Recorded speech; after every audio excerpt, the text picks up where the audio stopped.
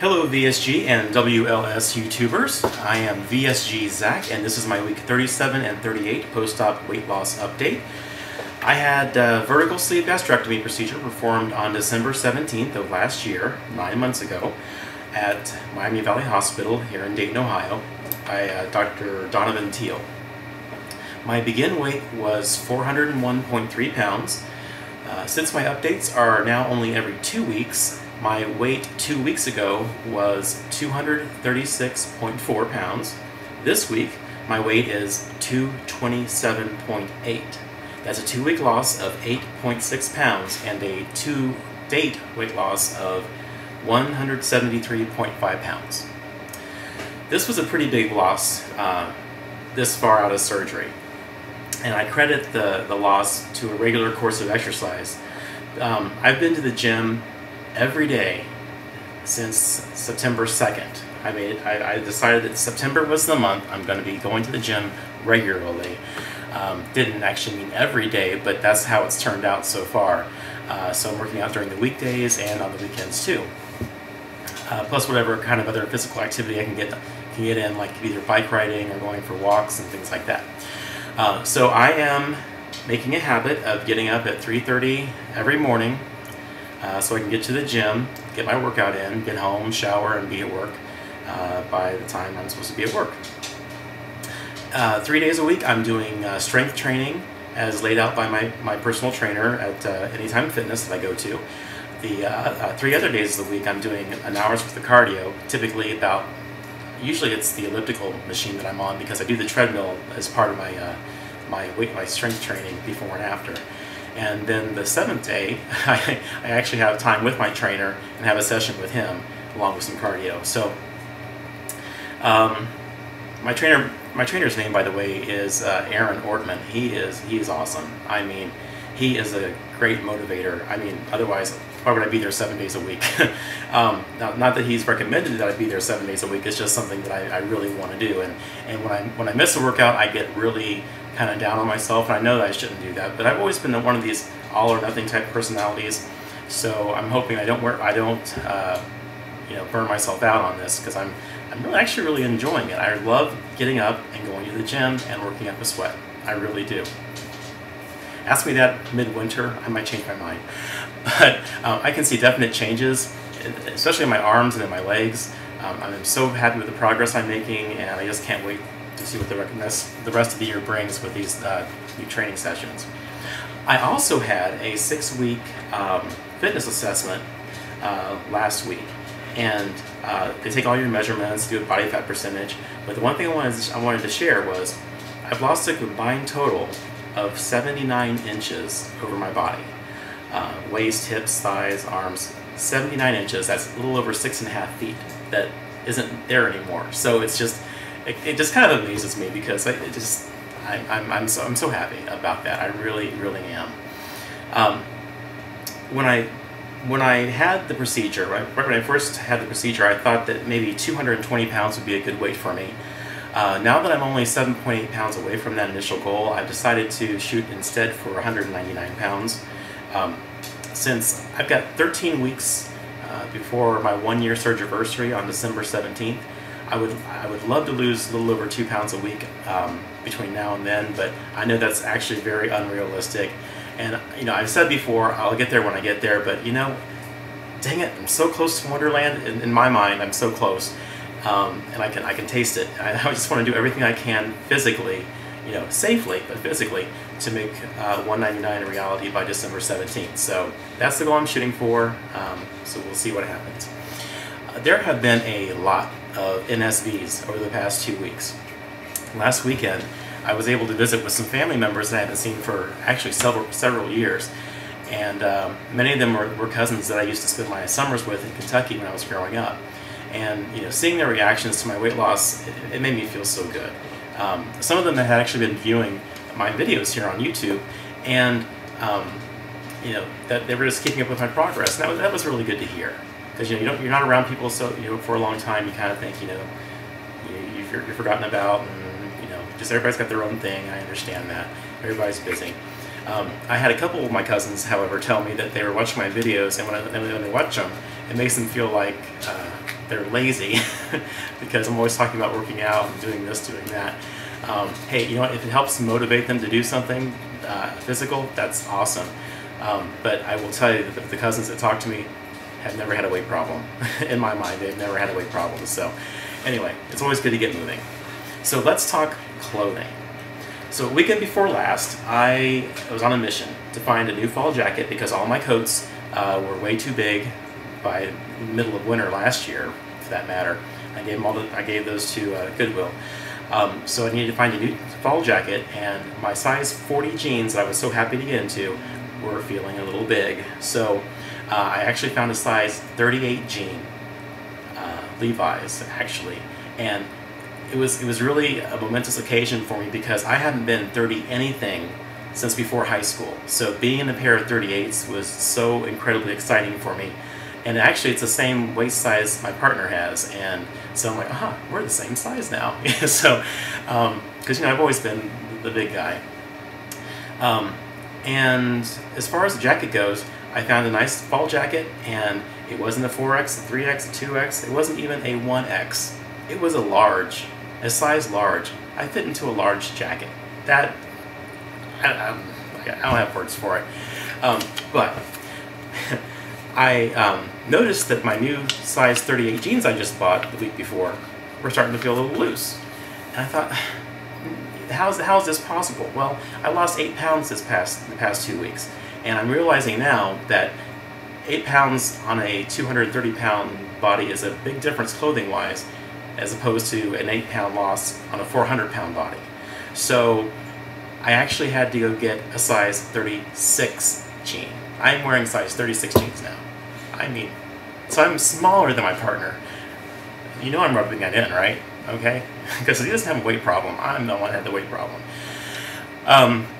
So last night I was going through my closet and I was purging anything that was larger than a size XLT, because that's what I'm down to now.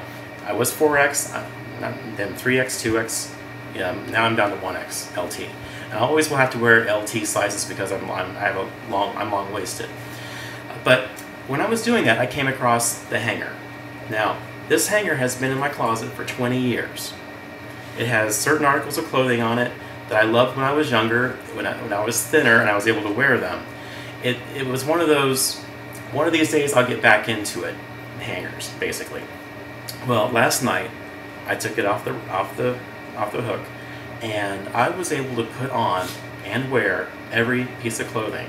There weren't a ton of clothes. I mean, there were 2 button-downs and there were 2 t-shirts, but I was able to wear all 4 of them. And that's one of the things I'm wearing today. I refer to this as my my international male Duran Duran 80s shirt.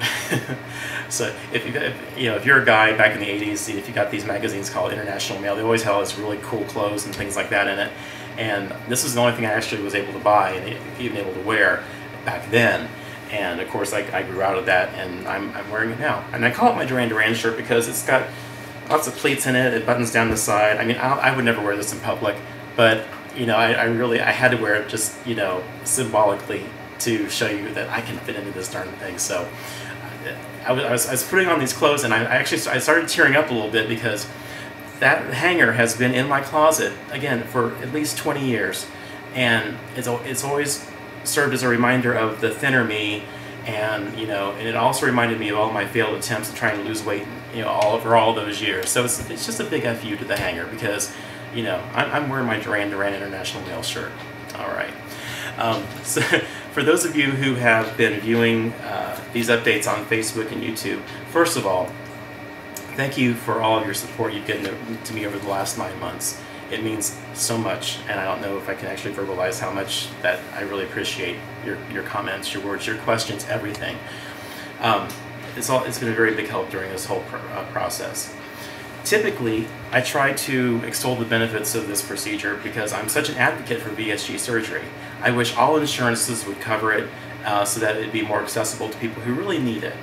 I don't oftentimes post about sensitive issues or things that may be uncomfortable for me to discuss, but I feel that if I didn't take the opportunity to say what was currently on my mind, I would, feel disingenuous and if you're taking the time to watch me babble and listen to me babble, I owe you at least that much.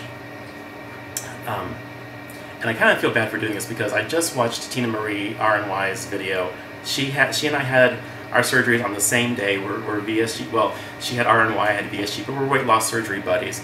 And, you know, if you haven't ever checked out any of her videos, please do, because the woman smiles, and she brings such a smile to my face. I mean, she just has one of those infectious smiles, and she's so kind, and so, I love her, I really do, and I have so much respect for her. She had made a comment in her video that, I'm living, Zach's living his life and he's having a great time, and I am having a wonderful time. A lot of things have, opened up for me, and I just really do enjoy a lot of things now. So for many years, I've told myself, well, if only I could lose this weight, problems 1 through 5 will go away, and then I can start doing 6, 7, and 8, and life will be better. Things in general will just get better. The one thing that I have learned from the weight loss is that I've successfully lied to myself over all these years. Because, while I'm enjoying both, the physical and the health benefits of the weight loss, and as well as the increased confidence, the weight loss wasn't the end-all to be-all that I convinced myself that it would be. I consider myself, somewhat intelligent, and some of you may be thinking that, well, why did you think that losing weight would solve all these problems? And when I was morbidly obese, I was incredibly unhappy. Convincing myself that convincing myself that losing weight would make these things better was one way I had of trying to cope with like hopelessness and depression that accompanied being so overweight and out of control. And eventually my weight became my scapegoat for all the bad habits I developed over all these years. I didn't get to be over 400 pounds because I absolutely loved the taste of pizza and fast food and eating out. I remember stuffing myself every night, and not even enjoying what it was I was eating. In the years leading up to the decision to have the VSG surgery, I ate out at least once a day. I mean, sometimes twice, sometimes 3 times a day. I did the calculations, and because I keep my receipts for everything, I spent approximately between $4,000 and $6,000 a year on eating out. A year. That's above and beyond the groceries that Mike and I would buy every week. It's above and beyond the dinners that we would have together every week. This was just me eating, stuffing myself. I'd always heard that, you should eat to live, not live to eat. I was doing neither. I was basically, I was consciously trying to eat to die, because it was my form of socially acceptable suicide. There was no doubt in my mind that if I hadn't had this surgery, I wouldn't be here. And I feel awful for feeling the way I did back then, because I have I have a lot of family, a lot of friends that love me, and to think that I would be into throwing the towel in the towel and not caring about continuing with my life makes me feel so incredibly selfish. But when the hopelessness takes over, there seems to be very little other things that matter at that time. So it kind of makes me wonder how I passed the psychological portion of the preoperative stuff that you had to go through. I don't know if I'm just really good at telling people what I think they want to hear. I don't know. I mean, we all have our issues. We all have good days. We have bad days. But it was just a really deep, kind of dark place that I was at the time. So now that I'm nearing my goal weight, I'm coming to the realization that losing weight, didn't make all this stuff going up in my head here better. I oftentimes feel like the 400-pound me rears its larger head and crushes my confidence and just puts me in an emotional tailspin sometimes.